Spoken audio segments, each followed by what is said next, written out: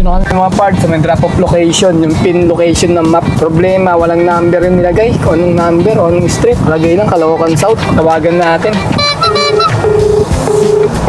Di pa nasagot Tingnan nga rin Tay. Kasi nilagay na number. Grace Park lang pala nakalagay dito. Wala pang street. Hindi naman tayo manghuhula. At nilalagyan nila ng para nahanap natin pagka hindi sumasagot. Pwede natin katukin mismo yung pintuan para itanong. Gaya nito, hindi sumasagot. Etong second booking mga parts, nakuha ko to kanina. Papunta na nga ako ng pick-up location. Bali, alam ko kasi mahirap mag-pick up dun mall yun Kailangan tinatawagan mo na sila para bumaba na. Para pagdating natin dun sa may pick-up location, nandun na sila. Kasi walang paradaan dun nasa labas lang ng kalsada sa Oroqueta. Sinabi ko yung pangalan ko, sabi daw, iba daw pangalan ng Lalamove na naka-book daw dun. Sinabi sa kanila nung may-ari nung Ink. Pero tinawagan ko naman yung may-ari ng Ink, okay naman, pinapapunta naman ako. Kaya sabi ko sa may pick-up, tawagan nila yung nag-book para masigurado nila. Mukhang double booking na naman to May ibang driver na naman. Mukhang dalawa kami Ang laki pala niyan. 300 kg. Buti pala kumuha kami, hindi pala adventure. Kung adventure, hindi kakasya to Dahil sa daming cancel ng mga customer, hindi man ako nagka-cancel. Talagang hindi ko kina-cancel kasi malaking bawas pagka mismong tayong driver ang not-cancel. Kaya pinapa-cancel ko lagi sa client. Ngayon, bumaba na mga parts Naging 1/4 na lang. Lagpas na sa 1/4 yung binawas sa akin. Bale, ganyan na kanipis Parang buking tatay. Ganyan na rin kanipis.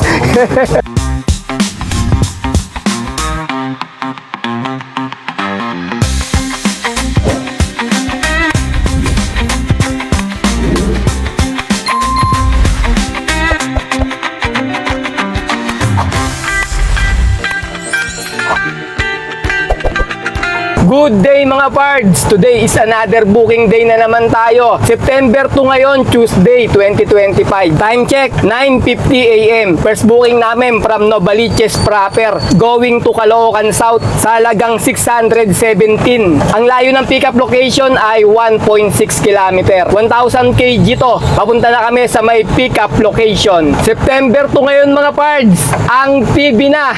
Kung nakaabot kayo sa palabas na ang TV, malamang legend na rin kayo. Masakit na ba yung mga kasukasuhan nyo? O nirarayuman na rin ba kayo?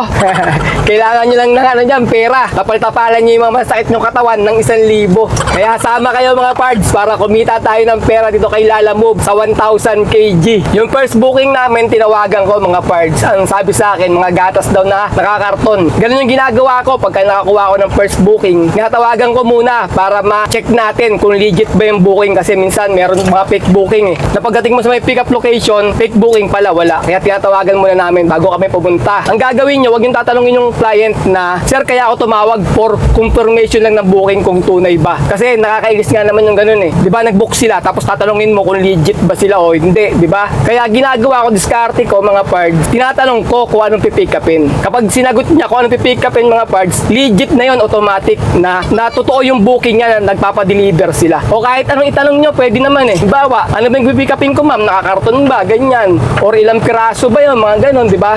Para malaman lang natin na legit yung booking. Ganon yung diskarte ko kapag nagtatanong ako. Ganon gawin nyo pagka kakausap kayo ng client. Kanina mga parts, bago kami lumabas ng bahay, napakadilim ng langit. Makulimlim talaga. Akala ko nga may bagyo Buti na lang, biglang gumanda ulit yung panahon. Pero maulap mga parts. Kanina talaga, yung mga ulap na yan, puro kulay itim na yan Sabi ko, mukhang paulan na naman Mahirap na, baka abutin kami ng baha dyan sa may Commonwealth. Nung August 31, nagkababa dyan parts wala namang bagyo, umulan lang ng malakas. Nagsobrang baha na nalubog na yung mga kotse sa tubig. May nakita pa akong mga video yung mga kotse sa may gasolinahan, nakapark doon, lubog na sa tubig. Tapos nasa ibabaw sila ng mga sasakyan nila para ma-safe sila kasi aabutin sila ng tubig sa loob ng sasakyan nila Kita mo, grabe na Dati yung Commonwealth, di binabahayan Tsaka yung UP, pinakita rin doon sa may Katipunan, binaha talaga ng sobrang mga parts ang lalim. Kaya ewan ko ano na nangyari sa panahon natin ngayon. Bakit nagkakaganito na? Yung mga hindi binabaha na ngayon. Ang lalalim pa. Buti kung maggatalampakan lang, hindi. Kalahati ng katawan mo, malulubog mga birds Subukin natin pick up mga grocery assorted. Sasabayan ko sana mga parts kasi konti lang naman yung items na na-pick up natin. Kaso matumal ngayon dito. From Novaliches Bayan tayo going to Grace Park, Caloocan South. Ang layo ng drop-off ay 12 km mga parts. Sa halagang 617 tong booking na to. Yan mga parts, so may lumabas oh. Kaligayahan to Manila, 3.5. Ano to? 10 hours rental. Maghapong biyahe to mga parts. Arkilado ka sa halagang 3,500. Na pending dyan mga parts eh. Parang nag-iisip pa yung mga kapwa natin lalamove driver kung kukuhanin eh. Ubos oras dito. Pati pasyensya mo, mauubos sa Carino Highway. Mula Bililla hanggang Sangandaan. Traffic. Buti na lang maraming ipon si tatay. Maraming ipon, maraming budget si tatay kahit na maipit kami sa traffic. Ito na kami mga parts sa may drop-off location, yung pin location ng map. Problema, walang number yung nilagay. Kung anong number o anong street. Lagay lang, Caloocan South. Tawagan natin.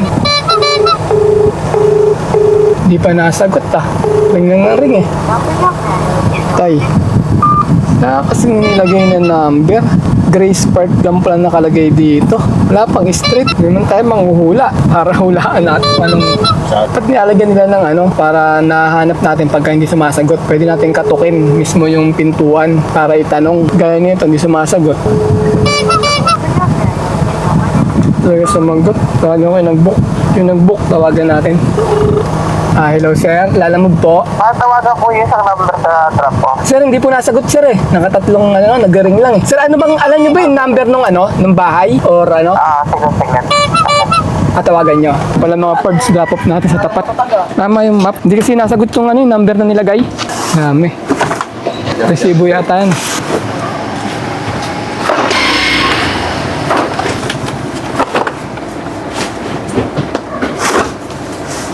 Break time mga parts. Pagtapos namin mag-deliver sa may Caloocan South, bali bababa kami ng Binondo. Medyo matumal ngayon dito mga parts, gawa nga ng break time. May mga lumalabas, kaso mga ang bababa ng pamasahe. May mga kidlat pa yun ha. Kaya napagpasyahan namin ni tatay na bababa kami ng Binondo. Baka doon mas maganda-ganda yung mga booking doon eh. Nandito na kami mga parts sa may Binondo. Bali may second booking na kami nakuha. Time check, 1:20 PM. Second booking namin from Manila going to Batasan Hills. Sa halagang 639. Ang layo ng pickup location ay 1.3 km.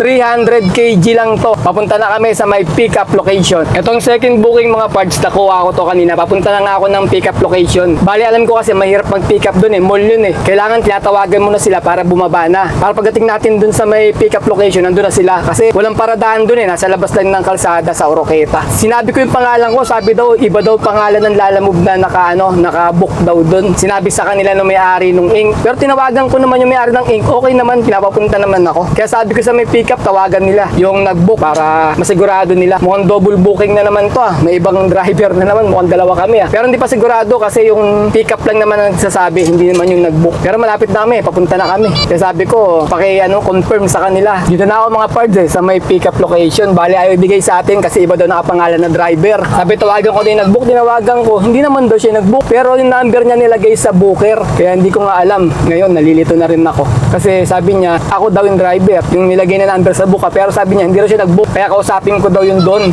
Doon nag-book sa may pickup. Naguguluhan na ako. Itong hirap eh. Pag ganitong ano. Ang nag-book talaga nito siguro pagka chinat ko. Kaso, alanganin lugar na eh. Masikip po. Daming tricycle. May nakaparada pa lang sa kabila. Double parking na. 300 kg lang yan. Pabangga. Paiga. Dandan. Bitawan nyo. Nabaling hindi ko babayad dati yan. Ano sir, papel? Sentra. Ang laki pala niyan. 300 kg. Buti pala kumuha kami, hindi pala adventure. Kung adventure, hindi kakasya to ah. Time check tayo, 2:02 PM. May third booking na kami. From Manila, going to Holy Spirit. Sa halagang 578. Ang layo ng pickup location ay 1.3 km. 600 kg to. Papunta na kami sa may pickup location. Centra board pala to eh. Ito. Sige, yung karton na lang pangharang dyan. Una, kaya. Kaya na yan? Sige. Mamaya adjust na. Patong to tay. Patong na. Kaya mo adjust yan? Dito matagal tayo buhat to. Sige sir, okay na yan. Kasi na ba yan? Okay na yan? Ay. Pards. Ano biyahe mo, Pards? Lalamove ka din? Shopee. Sa Shopee. Saan ba ng Shopee? Wala akong idea sa mga Shopee. Lalamog yan talaga diskarte ko eh. Mga ano lang, mga walo. Mga 8 pick-up. Diretso hub yun. Ano rin, magkano bayad nun yun? 3K? 3K. Mga ilang oras na natatapos yan pag umpisahan nyo. Ngayon, 2. Kaumpisa lang namin. Kumpisan nyo lang. Siguro mga 5 makakatakbo namin yan. O yan o, nagka-picture. Gwapo o. Ano lang, may tsura lang sir. Yung pick-up namin. Pick-up nyo na yan. Saan dala? Tatlo sana. Commonwealth, Batasan. Ito, Holy Spirit. Kaso nagmamadali, alas 4 lang daw. Dagdag na lang siya 100. Sabi niya, diretso ko na lang eh. Nakuha ko na kasi cancel pa eh. Nakakababa ng ratings yung cancel ng cancel. Oo. Dati din lalamog ako. Lalamog kami dati. Shopee, oh. Maganda yun. Sana yung Shopee. Hindi ko alam kung paano diskarte dyan. Kung ano number? Kasi nga ng mga parts. Ay, hindi. Sa FB na lang na. Sige ito. Anong ano ko din? Itong FB ko. Message mo na lang ako. Kasi mas maganda dito. Dati lalamog ako. Ang kagandahan dito, may bayad na 3.5. Isang biyahe lang. Gusto mo makadalawa ka. Kapon, dalawa na sila. Hindi ako biyahe? makadalawa eh. Dahil tanghali ng mga seller ko. Sabihin ko ngayon sa agency namin. Kasi may account yan eh. May account. Yan, ganyan. Yan, pipick up namin. iCare 251. Ayan, kagaya niyan, 13 na pick up namin. Yung maliliit na yun. O susunod sa kabila naman. Parang style lalamog Kanto-kanto din. Parang nakabook din na ganyan yung Oo, pick-upin nakabook nyo. tapos dadali mo ng hub. Saan pinaka-hub? Bal. Valenzuela. Valenzuela. Basta Tondo, Valenzuela. Valenzuela, May, ano nun? may ano naman, Paranaque. Paranaque, pagka sa Quiapo, Santa Cruz, Paco, Paranaque ang baba mo. Parang naka yun. Oo. Sige nga, update mo ako parts pag ano, para Oo. testing ko rin dito kung Lagi ako nanonood ng vlog. tsaga-tsaga na talaga no, ilalamog. Kita mo. Taga na ito. Ito, 300 kg, biruin mo. Dapat 1,000 yan kasi laki ng plywood yan. No? Oo. Magkakasya ba sa 300 yan? Di ba? Ganun kagugulang yung mga customer dito. Eh wala eh. Diniretso ko na lang, gawa ng mga cancelan na naman tayo. Eh, maganda yung vlog mo, Shopee. Pwede rin ba mag ano dyan, kahit sa opisina, mag-vlog? Huwag lang doon sa mismo Sa, loob ng... sa loob ng ano. Yung mga pick-up lang din, ganun. Oo, yan. Saka saglit lang. Yan, kagaya yan. Pinaka-late na namin matapos na ito, 5. 5 tapos na. Tapos dadalhin. Tapos dadalhin mo ng hub. Sa mga yung hub, Valenzuela kayo ngayon? Sila sa ano, Rincon. Rincon. Rincon? Hindi ko alam kung saan yung Rincon. Pangulo, Malabog. Sa Pangulo? Oo. Siguro pagdating mo doon mga 6, kawalang pila, mga 7, tapos ka. Hindi ka hirap. Pila. Buti ka ng 9. Oo, mga ganun. 10, 11. Pinaka-late na yun. Okay na yun, sir? Okay na. Tuntin-to, tsaka dalawa ha. Doon na bayad niyan, sir, no? Sa Doon na. pagdadalan. Thank you. Okay, sige. Salamat. Ingat. Sige. Update kita. Sige. Ano yan, kaibigan mo? Pinsan? Kaibigan, sir, kaibigan. Taka na kilala? Oo. Sige, sir, salamat, sir, ha? Okay na ha. Tuntin-to, tsaka dalawa basket. Okay, sige. So, okay mga parts, na-pick up na namin yung 2 booking namin. Papunta na kami ng drop-off location. Ang uunahin namin yung Holy Spirit muna kasi nagmamadali. May oras daw to hanggang 4:15 nandun ng hapon. 2:30 na ng hapon mga parts eh. Kaya kailangan madala namin ng 4:15 to. Nagdagdag din sir ng 100 pero okay na rin kasi ayoko mag-cancel ngayon. Pina-cancel natin. Nababawas na yung ratings natin, pababa na ng pababa eh. Kaya ang layo ng drop-off location papuntang Holy Spirit ay 17 km. Alright, let's go! Ayun nga mga pards, gaya ng sinabi ko, bumababa na yung ratings namin. Nakaraan, nasa may, di ba, excellent, 4 na bar yun. Ngayon, yung pang-4 na bar ko, nandun ako eh. Bali, 3/4 yung laman ng isang bar na yun, yung pang-4 na bar. Dahil sa daming cancel ng mga customer, hindi man ako nagka-cancel, talagang hindi ko kina-cancel kasi malaking bawas pagka mismong tayong driver ang nag-cancel. Kaya, pinapa-cancel ko lagi sa client pagka meron hindi nagkasya or may nakakuha na ng booking, mga ganon. Sila client ang nagka-cancel. Ngayon, bumaba na mga parts eh. Naging 1/4 na lang. Lagpas na sa 1/4 yung binawas sa akin. Bale, ganyan na kanipis oh. Parang booking tatay. Ganyan na rin kanipis. Manipis na yung bar sa ano, excellent. Oh, lagi hindi, 3/4. Naging lagpas na sa 1/4 eh. Ganun na eh, konting-konti na lang. Nasa 3 bar na tayo mapupunta. Nasa bandang pair na ata yun pag nasa 3 bar na tayo. Ayun, bumaba siya ng bumaba. Gawa nga ng kahit na client ang nagka-cancel. Sana man lang tanggalin na nila, alam mo be, no? Kasi si Joyride, sinimulan niya na tanggalin yung mga cancellation ratings na yun, mga parts, yung mga ratings. Dahil di ba? Parang tayo yung nagiging kawawa. Pagka bumaba yung ratings natin, pahirap kumuha ng booking mga parts. Ang hirap na nga kumuha ng booking dito, nag-aagawan na tayo dahil sobrang dami na ng mga empleyado nila Lamob, di ba? Nag-uunahan na tayo pag kami lumalabas na booking. Tapos, ayun pa, isa pang pahirap nga yung ratings natin na yan, na bumabagal siya ng bumabagal habang bumababa yung ratings natin. Ganun ang nangyayari. Kaya kailangan talaga iniingatan yung ratings eh.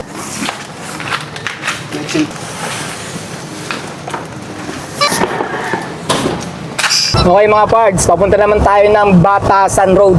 Ang layo ng drop-off location ay 5.9 km. Alright, let's go!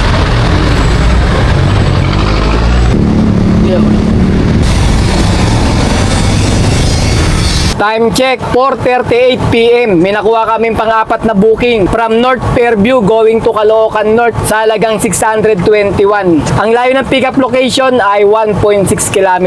1,000 kg to. Papunta na kami sa may pickup location. Kaya lang tayo, padaanin mo muna.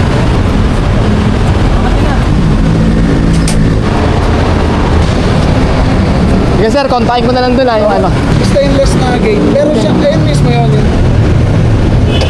Okay mga pards, na-pick up na namin yung pang-apat na booking namin. Papunta na kami ng drop-off location. Ang layo ng drop-off location ay 7.1 km. Alright, let's go! Tagilid? Patagilid kailangan kasi maliit yung pintuan. No? Diyan ka. Sige, sige. Hindi ka lang pa side. Yan, pa ganyan. Alis muna ng patatagalan ka. Picture na ko lang sir Sino ba yan, isa? 5:59 na mga pards ng hapon, bali mag-aalas 6 na ng gabi. May booking dito, bali 7 booking Kaso ang problema natin, puro pooling booking. Kala ko sa Manila lang yon kasi nung nakaraan inabot ako sa Manila ng gabi, mga alas 7. Puro pooling booking. Pati rin pala dito, uso na pala ngayon ganito.